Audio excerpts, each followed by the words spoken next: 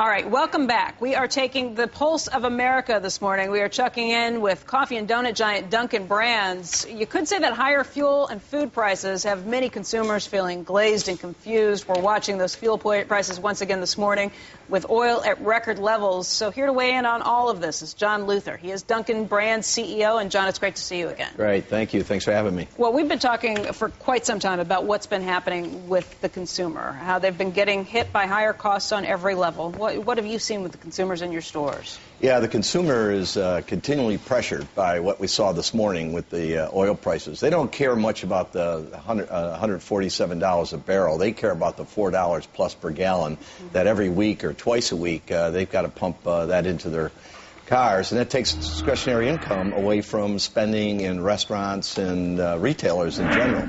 So we've got a real pulse on what's happening there, and it is affecting the consumer. You know, there's a story on the front page of the Wall Street Journal today. It says that U.S. consumers are trading down as economic angst grows. Couldn't be a better day to have this story out there. We saw this with the retail sales yesterday from Walmart, Sure. from Target, from Costco.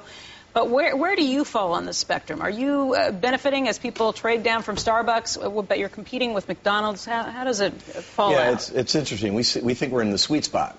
Folks will trade down to us, to Dunkin, and but we're not discounters. We're value players.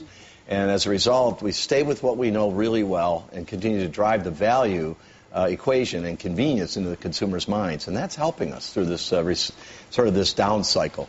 And it's going to continue for a while. So we are always, and I think it's store execution more than anything else that we have to pay attention to, because once we have that consumer in there, and make sure the experience is great, and we keep working on that, and strictly in the value, not discount, not high price, but we got here with value, and we're going to stay with that.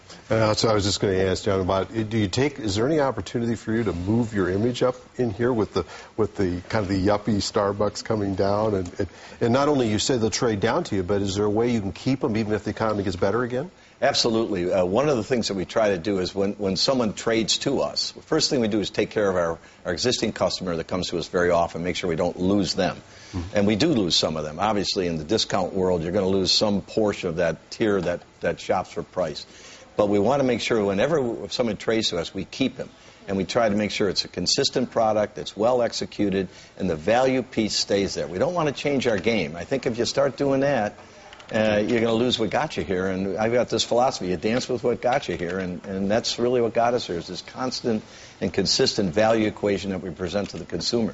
So we're catching them on the way down and holding who we have now, and sales are strong. Is there a direct correlation with gas prices? I know Walmart used to talk about how every 10 cents in gasoline meant something on their bottom line in terms of same-store sales. Do you have that same sort of direct comparison? Yeah, we sure do. We see our sales sort of going along nicely, and then all of a sudden on a Thursday, they go down on a Friday because someone just filled their tank with gas. And that clearly, when you start taking $25 a week out of someone's pocket of discretionary income in our particular Dunkin tribe, it clearly affects how they spend their money over the weekend. So we're paying very close attention to that. We've got some recent insights that have told us that the consumer, the quickest erosion of consumer confidence that we see is gas prices, because it's something that hits you once and twice a week. It's right in your face. It's not on the Wall Street Journal front page. It's not in the local newspaper. It's not on CNBC. It's when they put that credit card into the pump where they get affected. And we pay close attention to that. And these down cycles are tough. They always go longer and they always go deeper than you think. But if you stay the course, you'll end up with where you need to be long term. The White House is at this point declining any comment on any internal deliberations about amid news reports on Fannie and Freddie. Very helpful.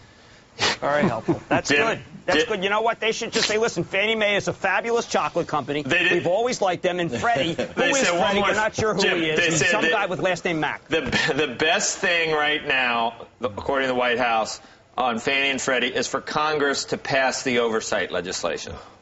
Well, I think the best thing would be Congress to give them $100 billion, take the warrants and run. I mean, you know, look, the administration hates these guys. We all know that. They're a bunch of Democrats. They've got great revenge here. How about the rest of the country? Maybe we ought to focus on that.